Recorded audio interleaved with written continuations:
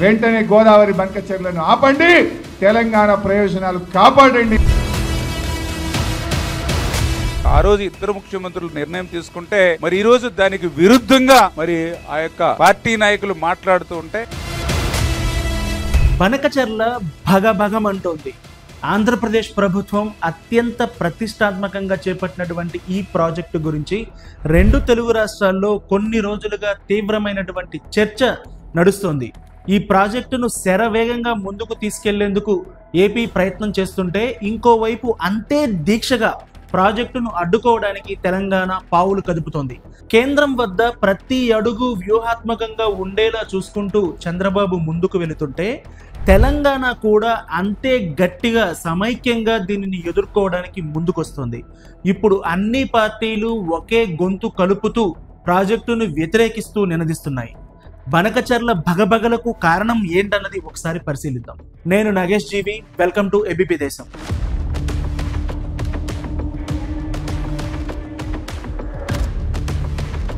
చంద్రబాబు నాలుగోసారి ముఖ్యమంత్రి అయిన తర్వాత తీసుకున్నటువంటి అత్యంత కీలకమైనటువంటి నిర్ణయం ఇది. ఎందుకు అంటే ఆంధ్రప్రదేశ్కు జీవనాడిగా చెప్పుకునేటువంటి పోలవరం కంటే కూడా పెద్ద ప్రాజెక్ట్ ఇది.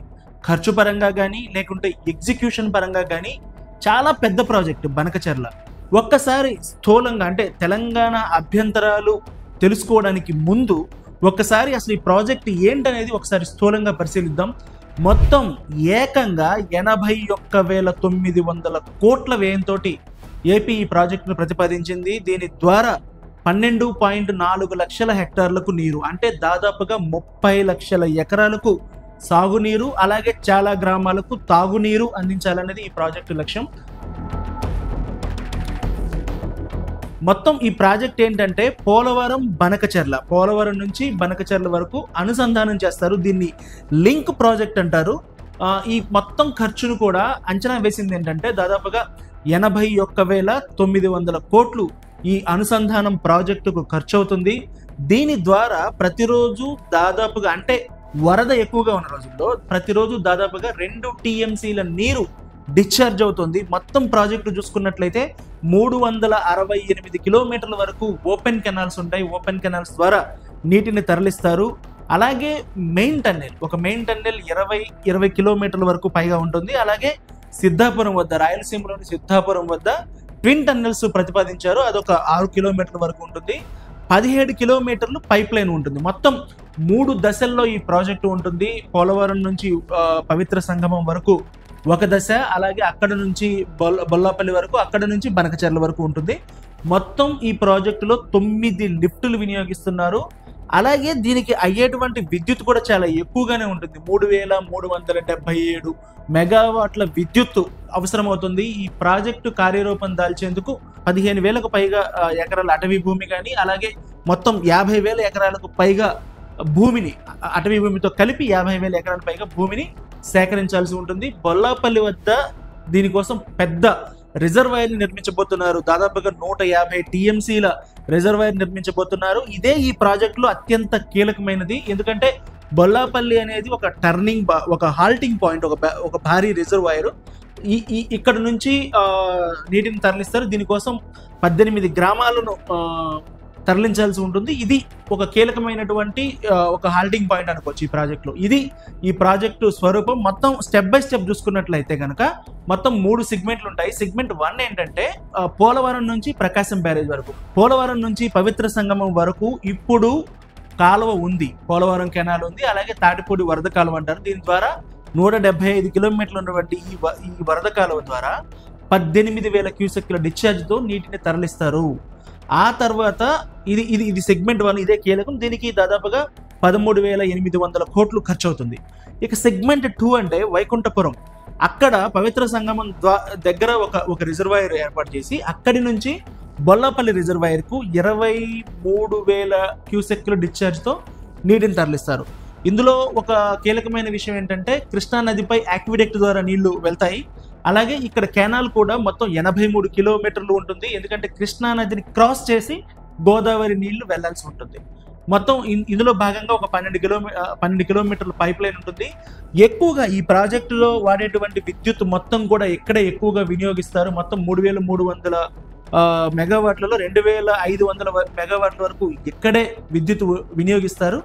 అయితే ఇందులో ఒక కీలకమైనటువంటి యూనిక్ పాయింట్ ఏంటంటే, ఇక్కడ విద్యుత్ వినియోగంతో పాటు దీనికి అవసరమైనటువంటి విద్యుత్ ఉత్పత్తి కూడా చేయాలని చంద్రబాబు ప్రతిపాదించారు. పంప్డ్ స్టోరేజ్ కానీ, లేకపోతే సోలార్ విద్యుత్ ప్రొడక్షన్ కానీ, దీని ద్వారా విద్యుత్తును ప్రాజెక్టుకు అవసరమయ్యేటువంటి విద్యుత్తును కూడా ఇక్కడే వినియోగించాలని చెప్పి వాళ్ళు ప్రతిపాదించారు. సో వైకుంఠపురం నుంచి బొల్లాపల్లి వరకు, బొల్లాపల్లిలో అతి పెద్ద రిజర్వాయర్ నిర్మిస్తారు, 152 టీఎంసీలు. దీనికే ఎక్కువ ఖర్చు అవుతుంది. భూసేకరణకు కానీ, లేకపోతే పునరావాసానికి కానీ, వీటన్నిటికి కలుపుకుంటే ఇది ఎక్కువ ఖర్చు అవుతుంది. మొత్తం 35,750 కోట్లు సెగ్మెంట్ 2లో ఖర్చు అవుతుంది. ఇక బొల్లాపల్లి నుంచి రాయలసీమ, బొల్లాపల్లి పల్నాడు ఏరియాలో ఉంది. పల్నాడు ఏరియా కూడా మెట్ట ప్రాంతం. అలాగే రాయలసీమకు వెళ్ళడం అనేది అత్యంత కీలకమైనటువంటి కాంపోనెంట్ ఈ ప్రాజెక్ట్లో. బొల్లాపల్లి నుంచి బనకచర్ల రెగ్యులేటర్ ద్వారా 23,000 క్యూసెక్కుల డిశ్చార్జ్ తోటి నీటిని తరలిస్తారు. ఇందుకోసం మొత్తం 109 కిలోమీటర్లకు పైప్ లైన్, 109 కిలోమీటర్ల ఓపెన్ కెనాల్, అలాగే ఒక 6 కిలోమీటర్ల వరకు పైప్ లైను, అలాగే ట్విన్ టన్నెల్స్ ఉంటాయి. దీనికి మొత్తం టన్నెల్స్ ఉన్నాయి, లేకపోతే పైప్ లైన్, ఓపెన్ కెనాల్ ఇవన్నీ ఉన్నాయి కాబట్టి దీనికి కూడా ఎక్కువగానే ఖర్చు అవుతుంది. అండ్ ఇక్కడ లిఫ్ట్లు కూడా ఉంటాయి కాబట్టి దీనికి కూడా ఎక్కువ ఖర్చు అవుతుంది. 32,000 కోట్ల వరకు ఖర్చు అవుతుంది. ఇదంతా పూర్తయితే కనుక మొత్తం 12.4 లక్షల హెక్టార్లు సాగులోకి వస్తుంది అని చెప్తున్నారు. ఇది ప్రాజెక్టుకు సంబంధించినటువంటి మొత్తం పూర్తి సమగ్ర స్వరూపం. దీనిని ఎగ్జిక్యూషన్ చేయడానికి కూడా ఒక ప్రణాళిక వాళ్ళు ఏర్పాటు చేసుకున్నారు. ఎందుకంటే చాలా పెద్ద ప్రాజెక్ట్ ఇది. దాదాపు 30 లక్షల ఎకరాలకు సాగునీరు, అలాగే 400 గ్రామాలకు, మొత్తం కెనాల్స్ వెంట ఉండేటువంటి గ్రామాలకు తాగునీరు, అలాగే వాళ్ళు చాలా కాంపోనెంట్స్ యాడ్ చేశారు. ఎందుకంటే మొత్తం భూగర్భ జలమట్టం పెరుగుతూ ఉంటుంది. అలాగే 430 మెగావాట్ల విద్యుత్ ఉత్పత్తి అవుతుంది. దీంట్లో రిజర్వాయర్ల ద్వారా మత్స్య సంపద పెరుగుతుంది. అలాగే దీని ద్వారా ఏడాదికి దాదాపుగా 13,000 కోట్ల రూపాయలటువంటి ఆదాయం వృద్ధి అవుతుంది అనేటువంటి ఒక అంచనాలు, ఇప్పటి వరకు ఉన్నటువంటి అంచనాలు. ఇవన్నీ కూడా ప్రిలిమినరీ అంచనాలే.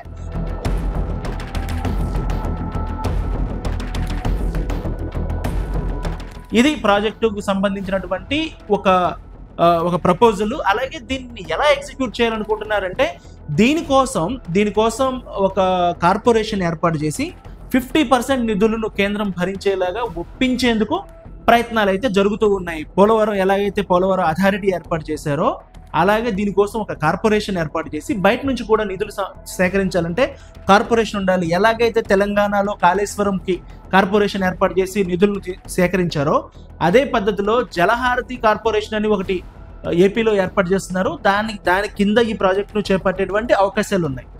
అలాగా ఈ ప్రాజెక్టుని 50% కేంద్రం ద్వారా, 25% లేదా అంతకంటే ఎక్కువగా బయట మార్కెట్ నుంచి నిధుల ద్వారా తీసుకొచ్చి ఒక ప్రాజెక్టు అంటే దానికి సంబంధించినటువంటి డబ్బులను, దానికి సంబంధించినటువంటి ఆదాయాన్ని అదే సమకూర్చుకునేలాగా ఒక ప్రాజెక్టు రూపకల్పన చేశారు. ఇప్పటికైతే ఫుల్ డిపిఆర్ రాలేదు. ఇది ఒక ఇనీషియల్ ప్రతిపాదన మాత్రమే ఇప్పటి వరకు. ఇది బనకచర్లకు సంబంధించినటువంటి పూర్తి సమగ్ర స్వరూపం. ఇప్పుడు దీనిపై తెలంగాణ అభ్యంతరం ఏంటంటే చాలా ఉన్నాయి. తెలంగాణకు, ఆంధ్రాకు సంబంధించి కృష్ణా రివర్కి సంబంధించి కానీ, లేకపోతే గోదావరి రివర్కి సంబంధించి కానీ చాలా విషయాల్లో భేదాభిప్రాయాలు ఉన్నాయి. ట్రిబ్యునల్లో కేసులు నడుస్తున్నాయి. ఇవన్నీ కూడా జరుగుతూ ఉన్నాయి.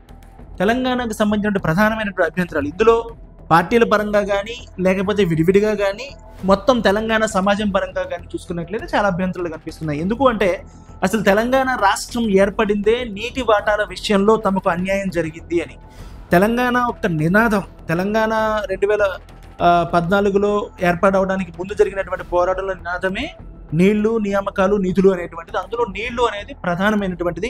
కృష్ణా జలాల్లో కానీ, గోదావరి జలాల్లో కానీ తమకు అన్యాయం జరిగిందనేది తెలంగాణ మొదటి నుంచి కూడా వాదిస్తూ ఉంది. ఇప్పటి వరకు ఉన్నటువంటి పంపకాలన్నింటినీ కూడా సమీక్ష చేయాలి, తెలంగాణకు న్యాయమైనటువంటి వాటా దక్కటం లేదు అనేది వాళ్ళ వాదన. అలాగే ఆంధ్ర చేపట్టేటువంటి అనేక ప్రాజెక్టుల మీద తెలంగాణ అభ్యంతరాలు చెబుతుంది. అలాగే తెలంగాణ చేపట్టేటువంటి ప్రాజెక్టుల మీద ఆంధ్ర కూడా అభ్యంతరాలు చెబుతూ ఉంది. అయితే మిగతా రాష్ట్రాల్లాగా పెద్దగా గొడవలు జరగకపోయినా అభ్యంతరాలు అయితే రెండు పక్కల ఉన్నాయి. ఈ మధ్య కాలంలో కూడా గోదావరి రివర్ మేనేజ్మెంట్ బోర్డు దగ్గర కానీ లేకపోతే KRMB Krishna river management board దగ్గర కానీ రెండు రాష్ట్రాలకు సంబంధించినటువంటి అధికారులు ఏ విధంగా వాదనలు చేసుకున్నారో మనం చూసాము. ఈ పరిస్థితుల్లో ఈ ప్రాజెక్టు, ఇంత భారీ ప్రాజెక్టు తెలంగాణ ఆమోదం లేకుండా, తెలంగాణను ఒప్పించకుండా ముందుకు తీసుకెళ్ళడం అంత ఈజీ కాదు. అలాగే తమకు అంగీకారం కాకుండా ప్రాజెక్టును, ఇంత భారీ ప్రాజెక్టును ఎలా చేపడతారని తెలంగాణ ప్రశ్నిస్తుంది.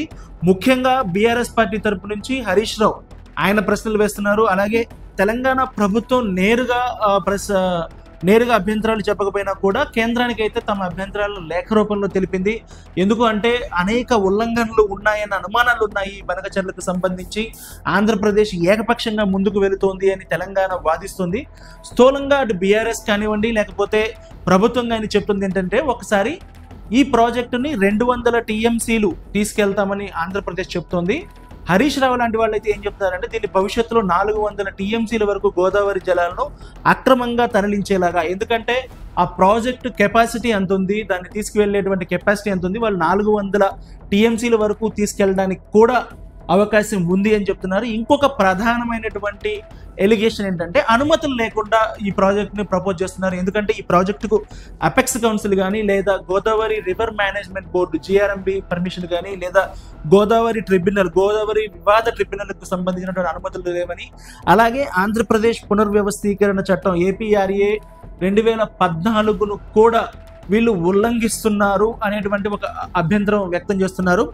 ఇవన్నీ కూడా, వీటితో పాటు కేంద్రం ఉదారంగా ఆంధ్రప్రదేశ్ పట్ల వ్యవహరిస్తుంది, ఏమీ అభ్యంతరాలు చెప్పడం లేదు. ముఖ్యంగా ఇంత భారీ ప్రాజెక్టును తెలంగాణకైతే చిన్న ప్రాజెక్టులు కూడా ఇవ్వడం లేదు, ఆంధ్రాకు ఇంత భారీ ప్రాజెక్టుని ఇవ్వడానికి చాలా ఉదారంగా వ్యవహరిస్తుంది. కేంద్రం దాదాపుగా 80,000 కోట్ల ప్రాజెక్టులో 40,000 కోట్లు కేంద్రమే భరించబోతోంది. అలాగే ఈ ప్రాజెక్టుకు అవసరమైనటువంటి నిధులకు సంబంధించి FRMB పర్మిషన్ కూడా ఎత్తివేస్తారు. ఎలాగైతే అమరావతికి నిధుల సేకరణకు సంబంధించి FRMB లిమిట్ను తీసేశారో బనకచెర్లకు కూడా అదే వర్తింపజేస్తారు అనేటువంటి అనుమానాలను హరీష్ రావు వ్యక్తం చేశారు. ఈ రెండు రాష్ట్రాల్లో ఏ కొత్త ప్రాజెక్టు చేపట్టాలన్నా అప్రాప్రియేట్ బోర్డు, గోదావరి అయితే GRMB బోర్డు, కృష్ణానది మీద అయితే KRMB బోర్డు ముందు అనుమతించాలి. తర్వాత CWC క్లియరెన్సులు రావాలి. తర్వాత అపెక్స్ కౌన్సిల్ అంటే కేంద్ర జలవనరుల శాఖ మంత్రిగా రెండు రాష్ట్రాల ముఖ్యమంత్రులు సభ్యులుగా అపెక్స్ కౌన్సిల్ ఉంటుంది. అందులో క్లియర్ అయిన తర్వాతనే ఏ కొత్త ప్రాజెక్ట్ అయినా చేపట్టాలి. మరి ఈ మూడిట్లలో ఏది ఉంది? ఇప్పుడు ఇంతకాలం చంద్రబాబు నాయుడు గారు రాసిన లేఖలు చూశారు ఆ రోజు. అంటే మీ బోర్డు అనుమతి లేదు, CWC అనుమతి లేదు, అపెక్స్ కౌన్సిల్ అనుమతి లేదు, వీళ్ళు ఎట్లా కడతారు అని మన ప్రాజెక్టులకు అడ్డుపడ్డారు. అవన్నీ కూడా old projects, they are not new projects. మరి ఇప్పుడు Godavari Banakacherla is totally new project. They are bulldozing like anything.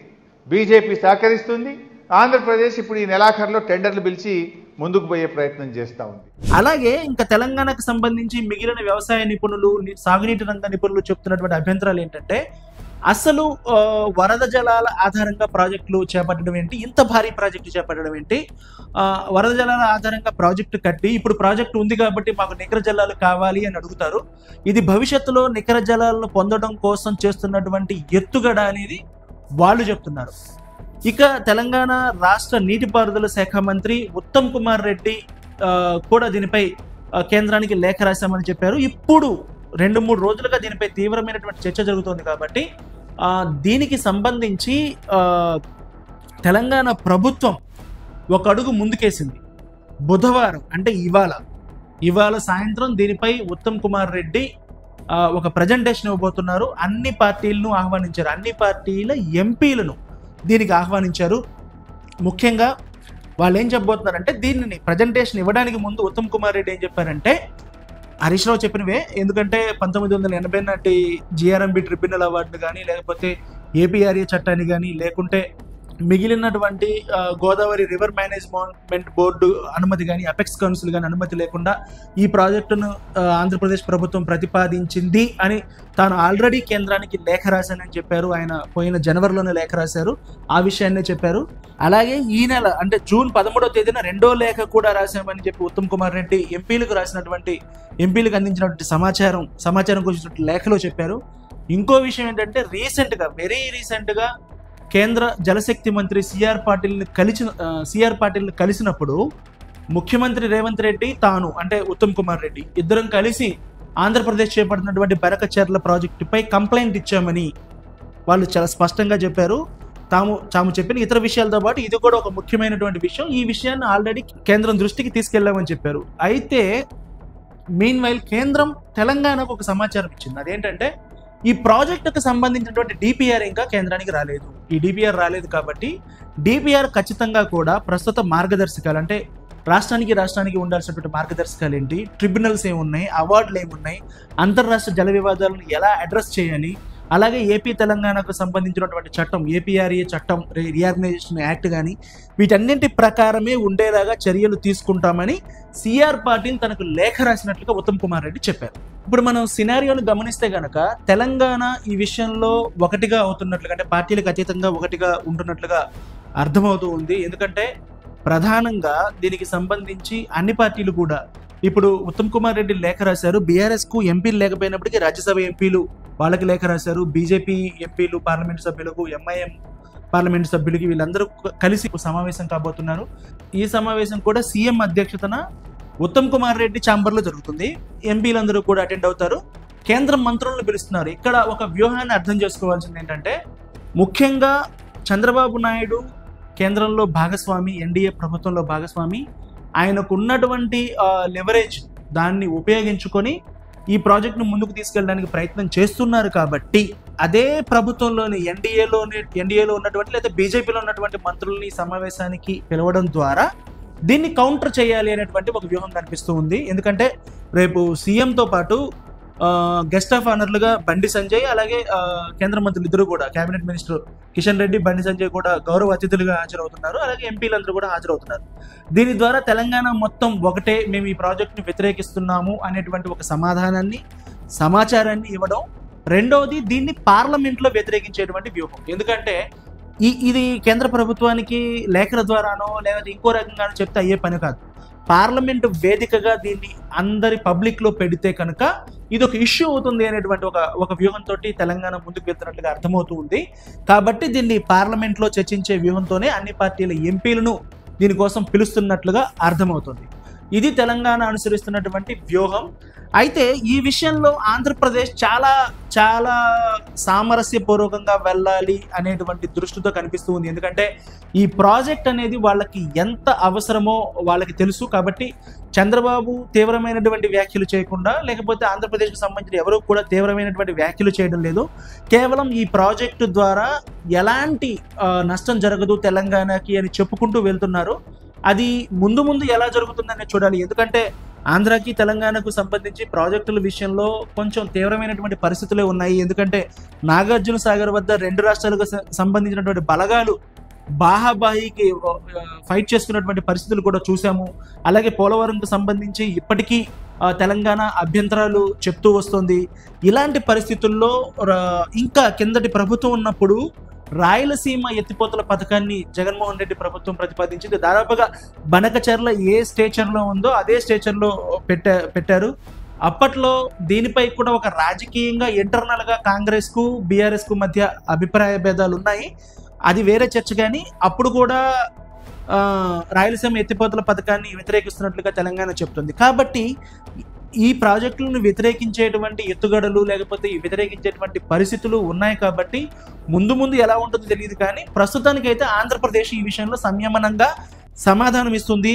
ఎందుకంటే మంగళవారం కూడా ఆంధ్రప్రదేశ్ నీటి వనరుల శాఖ మంత్రి నిమ్మల రామానాయుడు ప్రజెంటేషన్ ఇచ్చారు. ఈ ప్రాజెక్టు కేవలం ఛత్తీస్గఢ్ నుంచి వచ్చేటువంటి నీరు అలాగే పైనుంచి వచ్చేటువంటి నీరు దాదాపుగా 3000 టీఎంసీలు సముద్రంలో కలుస్తుందని చెప్తున్నారు. అందులో కేవలం 200 టీఎంసీలు మాత్రమే వినియోగించుకుంటే అభ్యంతరం ఎందుకు చెప్తున్నారు ఆయన ప్రశ్నిస్తున్నారు. అలాగే దీనివల్ల పైన ఉన్నటువంటి ఎగువ రాష్ట్రాలకు ఎలాంటి ఎలాంటి నష్టం జరగదు, నికర జలాలను కూడా వాడడం లేదు అని స్పష్టంగా చెబుతున్నాం అని ఆయన చెప్తున్నారు. రాయలసీమకు అత్యంత అవసరమైనటువంటి ప్రాణధార జీవధార అయినటువంటి పోలవరం బనకచర్లకు సంబంధించినటువంటి మరి ప్రాజెక్టుకు సంబంధించి నాడు నిర్ణయంలో భాగస్వాములైనటువంటి నీ తోటి నాయకుడు ఈ రోజు దానికి అభ్యంతరాలు వ్యక్తం చేస్తూ ఉంటే మరి ఈ రాయలసీమ బిడ్డనని చెప్పుకునేటువంటి వ్యక్తి మరి ఈ రోజు దాని మీద నోరు విప్పకపోవడం కూడా మరి ఆయన యొక్క డబుల్ స్టాండ్. అంటే వీరందరూ కూడా అధికారంలో ఉంటే ఒక రకంగా మాట్లాడతారు, ప్రతిపక్షంలో ఉంటే మరొక రకంగా మాట్లాడతారు అనేది ఇవన్నీ కూడా ఉదాహరణలు అనే విషయాన్ని మరొక్కసారి మీ ద్వారా కూడా తెలియజేసుకుంటూ అంచేత దయ ఉంచి మరి ఏదైతే ఇక పోలవరం బనకచర్ల అనేది చాలా పూర్తిగా వృధాగా 3000 టీఎంసీలు ఏదైతే ప్రతి సంవత్సరము సముద్రంలో కలిసిపోతుందో ఆ సముద్రంలో కలిసేటువంటి నీటిని మాత్రమే ఆ దుర్భిక్షమైనటువంటి రాయలసీమకు ఉపయోగించుకునేటువంటి భాగమే ఈ పోలవరం బనకచర్ల తప్ప దీని ద్వారా ఎగువ రాష్ట్రానికి 1.1% కూడా నష్టం లేనిటువంటి స్థితి, 1% కూడా నష్టం లేనిటువంటి స్థితి అని చెప్పి మరొక్కసారి మీ ద్వారా అందరికి కూడా తెలియజేసుకుంటున్నాం. తెలంగాణ ప్రభుత్వానికి సంబంధించి కౌంటర్ విషయంలో ఆంధ్రప్రదేశ్ కొంచెం సంయమనంగా వ్యవహరిస్తూనే ఇంకొన్ని కామెంట్లు కూడా చేస్తున్నారు. ఏంటంటే కాళేశ్వరం ప్రాజెక్టు అతి పెద్ద ప్రాజెక్టు, దాదాపుగా 1,00,000 కోట్ల వ్యయమైనటువంటి ప్రాజెక్టును కాళేశ్వరం పూర్తి చేసింది తెలంగాణ. ఆంధ్రప్రదేశ్ ఎలాంటి అభ్యంతరాలు తెలపలేదు. అలాగే సీతారామ సాగర్ ప్రాజెక్టు ప్రతిపాదించారు, పాలమూరు రంగారెడ్డి కట్టుకుంటున్నారు, సమ్మక్క బ్యారేజ్ని ప్రతిపాదించారు. ఇలాంటి పనులన్నీ తెలంగాణ కూడా చేస్తుంది, వీటన్నిటిని మేము ప్రశ్నించడం లేదు కదా అని చెప్తున్నారు. తాము అభ్యంతరం చెప్పి ఉంటే 2014లో కాళేశ్వరం లాంటి భారీ ప్రాజెక్టు అంత సకాలంలో పూర్తయ్యేదా, చంద్రబాబు పెద్ద మనసుతో దానికి సహకరించారు అభ్యంతరం చెప్పకుండా అనేది వాళ్ళు చెప్తున్నటువంటి మాట. అలాగే ఈ విషయంలో కూడా తెలంగాణకి ఎలాంటి నష్టం లేదు కాబట్టి సహకరించాలని, పైగా ఆంధ్రప్రదేశ్కు సంబంధించి నీటిని వాడుకునేటువంటి ఫెసిలిటీ ఉన్నప్పుడు కృష్ణానది నీటి విషయంలో కూడా తాము కొంత ఉదారంగా వ్యవహరిస్తామని ఆంధ్రప్రదేశ్ చెప్తోంది. అది ముందు ముందు ఎలా ఉండబోతుంది అనేది చూడాలి. ప్రస్తుతానికైతే ఈ ప్రాజెక్టు విషయంలో తెలంగాణ ఒక వ్యూహాత్మకంగా ఈ విషయాన్ని పార్లమెంటు పరిధిలో పెట్టేటువంటి పరిస్థితి అయితే కనిపిస్తూ ఉంది. అయితే ఇంకొక విషయం కూడా ఇక్కడ చూడాలి. ఈ ప్రాజెక్టుకు కాళేశ్వరం ప్రాజెక్టుకు చాలా సారూప్యతలు కనిపిస్తున్నాయి. రెండు కూడా లిఫ్ట్ ఇరిగేషన్ ప్రాజెక్టులే. కాళేశ్వరం గోదావరి నీటిని దాదాపుగా నల్గొండ జిల్లా వరకు తీసుకొచ్చారు. చాలా వరకు మెట్ట ప్రాంతాలను తడపడం, లేకపోతే రిజర్వాయర్లు చేయడం ఏర్పాటు చేశారు. ఇందులో కూడా చాలా లిఫ్ట్లు ప్రతిపాదించారు. ఇవన్నీ కూడా ఉన్నాయి కాబట్టి రెండింటికి సారూప్యం ఉంది. కాళేశ్వరంకి మేము సహకరించాం కాబట్టి బనకచర్లకు తెలంగాణకు కూడా సహకరించాలి అనేటువంటి ఒక వాదన ఏపీ ప్రభుత్వం చేస్తూ ఉంది. ఇక తెలంగాణ భయం ఏంటి అంటే, ఫైనల్గా మాట్లాడుకోవాలంటే నికర జలాలు తీసుకుంటారనేది ఒక భయం.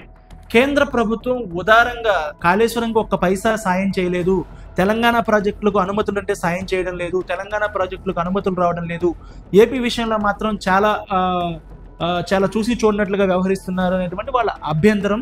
అందుకే ఈ ప్రాజెక్టుకి ఇంతవరకు డిపిఆర్ అయితే సిద్ధం కాలేదు. ఇప్పటికైతే ప్రీ ఫీజిబిలిటీ రిపోర్ట్ ఇచ్చారు, దానిని తిరస్కరించాలని చెప్పి ఉత్తమ్ కుమార్ రెడ్డి డిమాండ్ చేస్తున్నారు. బుధవారం జరిగేటువంటి మీటింగ్లో కూడా ఈ ప్రతిపాదన ఒకటి వచ్చేటువంటి అవకాశం ఉంది.